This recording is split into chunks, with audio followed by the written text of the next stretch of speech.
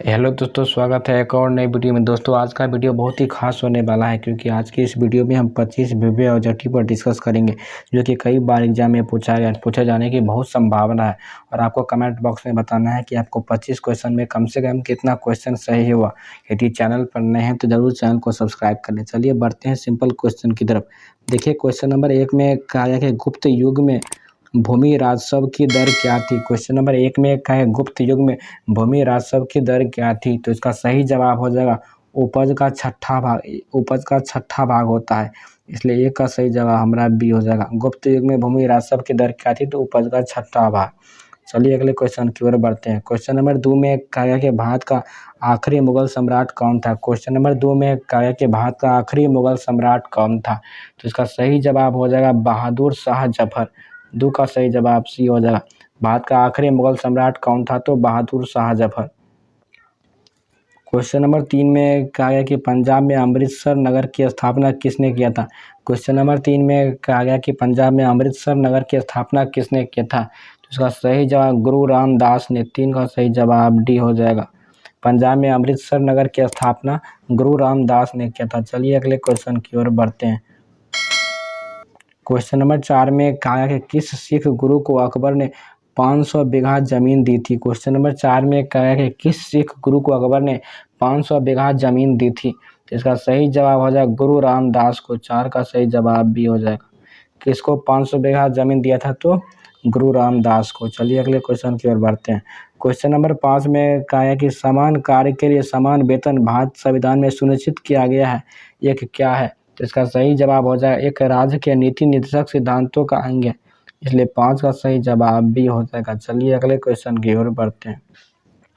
Question number 6 में कहा है राष्ट्रपति का रिक्त स्थान भर लिया जाना चाहिए। क्वेश्चन नंबर 6 में कहा है कि राष्ट्रपति का रिक्त स्थान भर लिया जाना चाहिए कितने माह या कितने वर्षों में।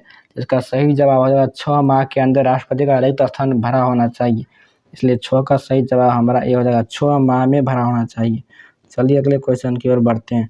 क्वेश्चन नंबर 7 में कहा है कि भारत के राष्ट्रपति चुने जाते हैं। क्वेश्चन नंबर 7 में कहा है कि भारत के राष्ट्रपति चुने जाते हैं। तो इसका सही जवाब हो जाएगा राज्यसभा, लोकसभा और राज्य के विधानसभाओं के निर्वाचित सदस्यों द्वारा, इसलिए 7 का सही जवाब हमारा डी हो जाएगा। चलिए अगले क्वेश्चन की ओर बढ़ते हैं। क्वेश्चन नंबर 8 में कहा गया कि संसद के लिए राष्ट्रपति का अभिभाषण कौन तैयार करता है। क्वेश्चन नंबर 8 में कहा गया कि संसद के लिए राष्ट्रपति का अभिभाषण कौन तैयार करता है। इसका सही जवाब है केंद्रीय मंत्रिमंडल। 18 का सही जवाब डी हो जाएगा। राष्ट्रपति के लिए राष्ट्रपति का अभिभाषण कौन तैयार करता है, तो केंद्रीय मंत्रिमंडल। क्वेश्चन नंबर 9 में कहा गया कि राष्ट्रपति के उम्मीदवार के लिए आवश्यक नहीं है। देखिए क्वेश्चन नंबर 9 में कहा है कि राष्ट्रपति के उम्मीदवार के लिए आवश्यक नहीं है, इसका सही जवाब पढ़ा लिखा हो यह अनिवार्य नहीं है, इसलिए 9 का सही जवाब भी हो जाएगा। चलिए अगले क्वेश्चन की ओर बढ़ते हैं। देखिए क्वेश्चन नंबर 10 में कहा श्रीहरिकोटा द्वीप निकट अवस्थित है। देखिए क्वेश्चन नंबर 10 में कहा श्रीहरिकोटा द्वीप किसके निकट अवस्थित है। तो इसका सही जवाब हो जाएगा पुलकित झील के निकट अवस्थित है, इसलिए 10 का सही जवाब भी हो जाएगा।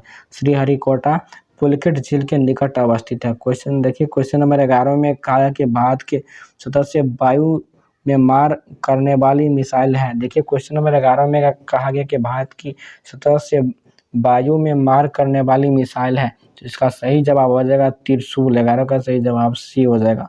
भारत की सतह से वायु में मार करने वाली मिसाइल क्या है, तो त्रिशूल इसका सही जवाब हो जाएगा। क्वेश्चन नंबर 12 में कहा है इलेक्ट्रिक बल्ब की खोज किसने की थी। देखिए क्वेश्चन नंबर 12 में कहा है इलेक्ट्रिक बल्ब की खोज किसने की थी। इसका सही जवाब थॉमस एडिसन ने। 12 का सही जवाब है इलेक्ट्रिक बल्ब की खोज थॉमस एडिसन ने किया था। चलिए अगले क्वेश्चन की ओर बढ़ते हैं। क्वेश्चन नंबर 13 में Tata institute of fundamental research कहाँ पर स्थित है। क्वेश्चन नंबर 13 में कहा है Tata institute of fundamental research कहाँ पर स्थित है। इसका सही जवाब है मुंबई में। 13 का सही जवाब डी हो जाए। Tata institute of fundamental research Mumbai में स्थित है। चलिए अगले क्वेश्चन की ओर बढ़ते हैं। क्वेश्चन नंबर 14 में कहा वाटर जेट तकनीक का उपयोग किया जाता है। क्वेश्चन नंबर 14 में वाटर जेट तकनीक का प्रयोग किया जाता है, इसका सही जवाब हो जाएगा खाद्यान्नों के वेदन में। 14 का सही जवाब भी हो जाएगा। वाटर जेट का तकनीक का प्रयोग किया जाता है खाद्यान्नों के वेदन में। चलिए अगले क्वेश्चन की ओर बढ़ते हैं। क्वेश्चन नंबर 15 में न्यूक्लियर रिएक्टर टाइम बम का लेखक कौन है। क्वेश्चन नंबर 15 में न्यूक्लियर रिएक्टर टाइम बम का लेखक कौन है, तो इसका सही जवाब तकाशी हीरोज, 15 का सही जवाब सी हो जाए। न्यूक्लियर रिएक्टर टाइम बम का लेखक कौन है? तो तकाशी हीरोज। चलिए अगले क्वेश्चन की ओर बढ़ते हैं। क्वेश्चन नंबर 16 में मैं आकाशगंगा का नागरिक हूँ, उक्त कथन श्रेय किसे दिया जाता है? क्वेश्चन नंबर 16 में मैं आकाशगंगा का नागरिक है, यह कथन किसने कहा था? तो इसका सही जवाब कल्पना चावला ने। 16 का सही जवाब भी होगा। मैं आकाशगंगा का नागरिक हूँ, यह कथन का श्रेय किसे? कल्पना चावला को दिया जाता है।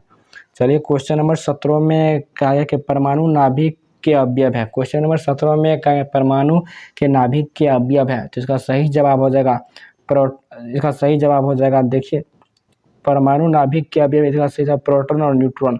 17 का सही जवाब सी हो जाएगा। परमाणु नाभिक के अवयव है प्रोटॉन और न्यूट्रॉन, क्योंकि इलेक्ट्रॉन बाहर होता है। चलिए अगले क्वेश्चन की ओर बढ़ते हैं। क्वेश्चन नंबर 18 में क्या है? भूमिगत जल को दूषित करने वाले अजैविक प्रदूषक है। क्वेश्चन नंबर 18 में क्या है? भूमिगत जल को प्रदूषित करने वाले अजैविक प्रदूषक है।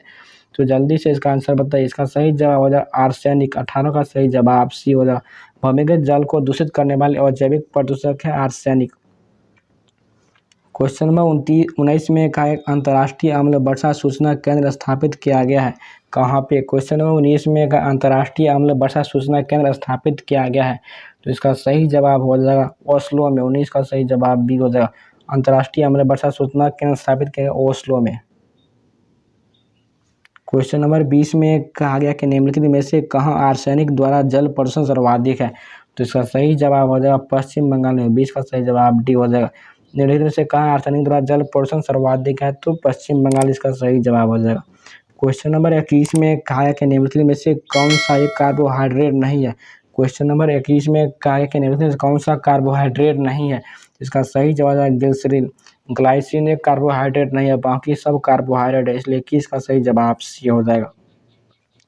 क्वेश्चन नंबर 22 में डायनासोर जीवाश्म राष्ट्रीय पार्क की स्थापना किस जिले में की जा रही है? क्वेश्चन नंबर 22 में डायनासोर जीवाश्म राष्ट्रीय पार्क की स्थापना किस जिले में की जा रही है?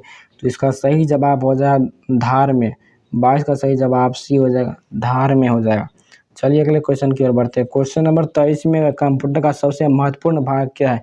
देखिए क्वेश्चन नंबर 23 में क्या है? कंप्यूटर का सबसे महत्वपूर्ण भाग क्या है? देखिए ऑप्शन ए में सीपीयू, बी में है कीबोर्ड, सी में है डिस्क, डी में है प्रिंटर। देखिए कंप्यूटर का सबसे महत्वपूर्ण भाग है वो जल्दी से बताइए। देखिए कंप्यूटर का सबसे महत्वपूर्ण भाग होता है वो सीपीयू होता है, इसलिए 23 का सही जवाब यह हो जाएगा। कंप्यूटर का सबसे महत्वपूर्ण भाग सीपीयू होता है।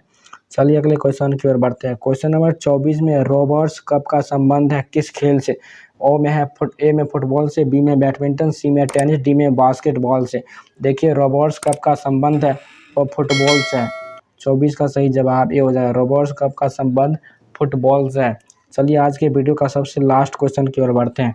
क्वेश्चन नंबर 25 में का डेविस कप किससे संबंधित है?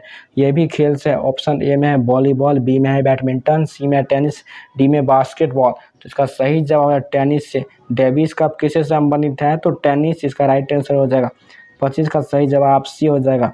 दोस्तों इस वीडियो में हमने 25 विभिन्न ऑब्जेक्टिव पर डिस्कस किए थे और आपको कमेंट बॉक्स में बताना है कि आपको कितना क्वेश्चन सही हुआ। यदि चैनल पर नए हैं तो जरूर चैनल को सब्सक्राइब कर लें। मिलते हैं नेक्स्ट वीडियो में, तब तक के लिए जय हिंद जय भारत।